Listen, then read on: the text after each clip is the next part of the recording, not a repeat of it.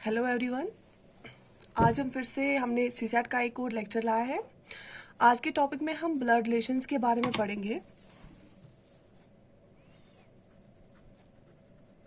Blood relations के बारे में हम पढ़ेंगे आज। आई होप कि इस वीडियो में हम सारा कंप्लीट करने की कोशिश करेंगे। It's one of the easiest topics in this CSAT. For beginners you need not to worry. हम स्टेप बाय स्टेप करेंगे। कुछ इंपॉर्टेंट पॉइंट्स आपको याद रखने हैं इस ब्लड रिलेशन वाले चैप्टर में। उससे क्या होगा कि आप सारे questions, each and every question you will be able to solve these questions, so you need not to worry. तो कुछ ही इंपॉर्टेंट पॉइंट्स है इसमें। चलिए स्टार्ट करते हैं। Let's begin without wasting any time. So पहला पॉइंट देखिए, जो ब्लड रिलेशंस के क्वेश्चंस हैं, आपको पता है फैमिली में डिफरेंट नंबर ऑफ मेंबर्स होते हैं। किसी फैमिली में 4 होते हैं, 5 होते हैं, 2 होते हैं, 6 होते हैं। तो ब्लड रिलेशंस में क्या होता है कि आपको कुछ रिश्तों के बारे में बताया गया होता है क्वेश्चन में। फॉर एग्जांपल, अगर क्वेश्चन में 4 रिश्तों का जिक्र किया गया होता है तो आपको 5वां रिश्ते, 5th जो रिलेशनशिप है उसका बोलना होता है। लेकिन वो आप कैसे करते हैं?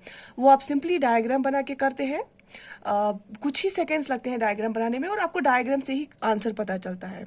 सो आप डायग्राम कैसे बनाएंगे, उसके लिए आपको कुछ स्टैंडर्ड सिंबल्स का पता होना बहुत ज़्यादा ज़रूरी है। तो वही स्टैंडर्ड सिंबल्स हम देखेंगे और फिर आप जो भी क्वेश्चन आपके पास है या हम आपको प्रोवाइड करेंगे उसको सॉल्व करने की कोशिश करेंगे।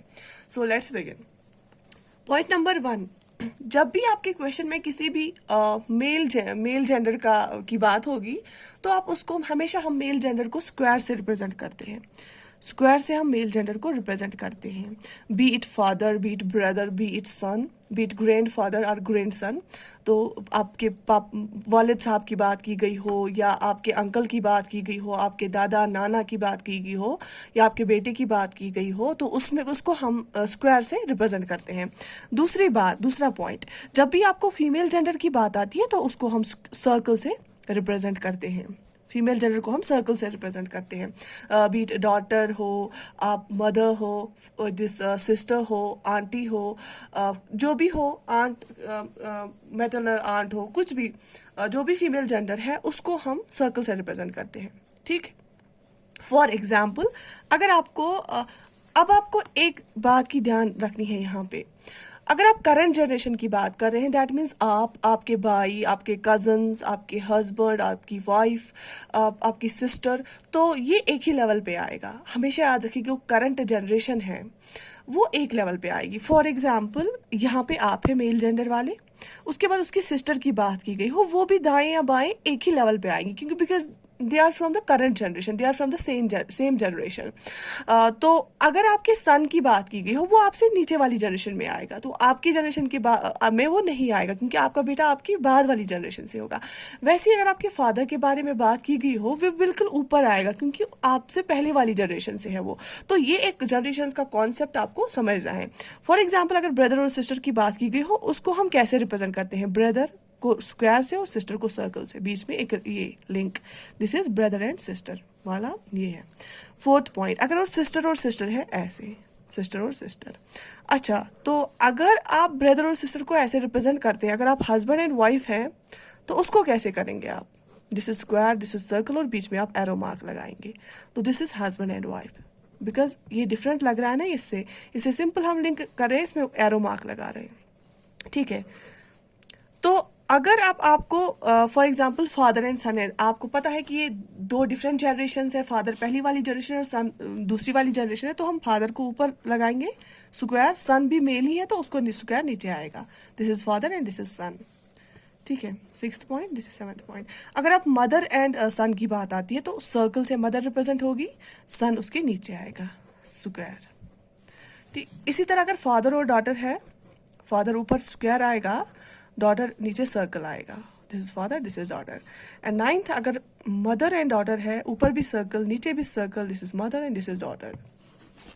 अगर आप ग्रैंड फादर की बात आती है, अगर ये सन है, यहाँ पे फादर आएगा, ग्रैंड फादर इसके ऊपर आएगा, क्योंकि वो ऊपर वाली जनरेशन से भी आगे एक जनरेशन है। ग्रैंड फादर इससे भी ऊपर आएगा। वैसे ही मदर है, ग्रैंड मदर यहाँ ऊपर आएगी। ठीक है। तो आपको ये पता होना चाहिए, जैसे 3 above generations, for example great grandfather आएगा, ग्रेट ग्रैंड मदर आएगी, मैटरनल ग्रेट ग्रैंड फादर आएगा, ठीक है, तो ये आपके फादर से भी ऊपर वाली जो जनरेशन है उससे भी ऊपर एक जनरेशन है। आपके जो फादर है, फादर के बाद ग्रैंड फादर है, उसके बाद एक और जो जनरेशन है वो ग्रेट ग्रैंड फादर होते हैं आपके। ठीक है, अब दूसरी, ये आप यहाँ पे है तो ये एक फादर वाली, ये दूसरी ग्रेट ग्रैंड फादर वाली, तीसरी जो ये आएगी वो ग्रेट ग्रैंड फादर वाली आएगी। उसके बाद अगर आपका ग्रैंड फादर है तो वो 2 जनरेशन ऊपर आएगा। आप यहाँ पे हैं, आपके फादर यहाँ है, आपके ग्रैंड फादर यहाँ पे हैं। अगर फादर है तो एक जनरेशन ऊपर है, आप यहाँ पे हैं, आपके फादर यहाँ पे है। ठीक है, तो अगर सन की बात आएगी, अगर आप यहाँ पे हैं तो आपका सन आपके नीचे होगा, बिलो एक जनरेशन आएगी। तो ये कुछ सिंबल्स है जो आपको याद होने चाहिए। और आपको पता होना चाहिए कि मदर हम माँ को बोलते हैं, फादर हम वालिद को बोलते हैं, अंकल हम चाचा मामा को बोलते हैं।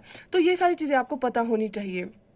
ठीक है, तो कज़न हम कज़न सिस्टर या कज़न ब्रदर, कज़न हम बोलते हैं कि जो भी हमारे ममेरे भाई होते हैं, चचेरी बहन होती हैं, उनको कज़न्स बोलते हैं, और वो भी आपके करंट जनरेशन सेम लेवल पे आएंगे। तो आई होप कि ये कुछ कॉन्सेप्ट्स आपको समझ आए होंगे। तो एक सिंपल सा क्वेश्चन मैं आपको दिखाऊंगी, और मैं आपको दिखाऊंगी कि हम डायग्राम कैसे बनाते हैं और डायग्रामेटिकली कैसे रिप्रेजेंट करते हैं और हमारा आंसर आता है। ठीक है, see here question number 1, given that, क्या गिवन है, ए इज ब्रदर ऑफ बी। अगर ये गिवन है ए बी के भाई हैं, दैट मीन्स जो ए है वो पता है कि मेल जेंडर है, क्योंकि वो बताया गया है ए जो है वो बी के भाई है। तो ए यहाँ पे है, बी यहाँ पे है, लेकिन बी का जेंडर हमें पता नहीं है। ये बोला गया है ए बी के भाई है, ए इज ब्रदर ऑफ बी। ठीक है, अब दूसरा स्टेटमेंट आप यहाँ पे देख लीजिए, सी इज फादर ऑफ ए। अब जो ये ए है ना, इसका फादर कौन है, सी है। तो दैट मीन्स ये ऊपर वाली जनरेशन होगा, ये यहाँ पे सी है, सुक्यार से हम बनाएंगे क्योंकि फादर है ए का। ठीक है, इसके बाद तो पहले देखा आपने कि ए इज ब्रदर ऑफ बी, यहाँ पे आपको आ रहा है क्योंकि ए जो है ये ब्रदर है बी का जेंडर भी, ये ब्रदर भी हो सकता है, सिस्टर भी हो सकती है, हमें पता नहीं है। सी इज फादर ऑफ ए, अगर सी फादर ए का है तो ऊपर वाली जनरेशन में आएगा और सुक्यार से रिप्रेजेंट हो जाएगा। उसके बाद ये है D is the brother of E, हमें यहाँ पे ई कहीं पे नहीं है ना डी कहीं पे, आप इस स्टेटमेंट को छोड़ दीजिए। फोर्थ है is E is daughter of B, अगर बी यहाँ पे ई इसकी डॉटर है, तो डॉटर जब होगी वो नीचे वाली जनरेशन में होगी, तो क्या बोलता है ई जो है ये डॉटर है बी की, तो जो ई है इसको हम रिप्रेजेंट करेंगे सर्कल से। ठीक है, तो जब बोलते हैं कि ई डॉटर है बी की तो इससे नीचे आएगा और सर्कल से रिप्रेजेंट हो जाएगा। तो इससे पहला वाला स्टेटमेंट क्या था, D is the brother of E, बोलते हैं कि जो डी है वो ई का ब्रदर है, तो एक ही, ये ई और डी एक ही लेवल पे आएंगे, लेकिन जो डी है ये ब्रदर है इसका, तो स्क्वायर से रिप्रेजेंट होगा। ठीक है, तो अब हमें क्या निकाला, then the uncle of D is, तो डी का जो अंकल है वो कौन है।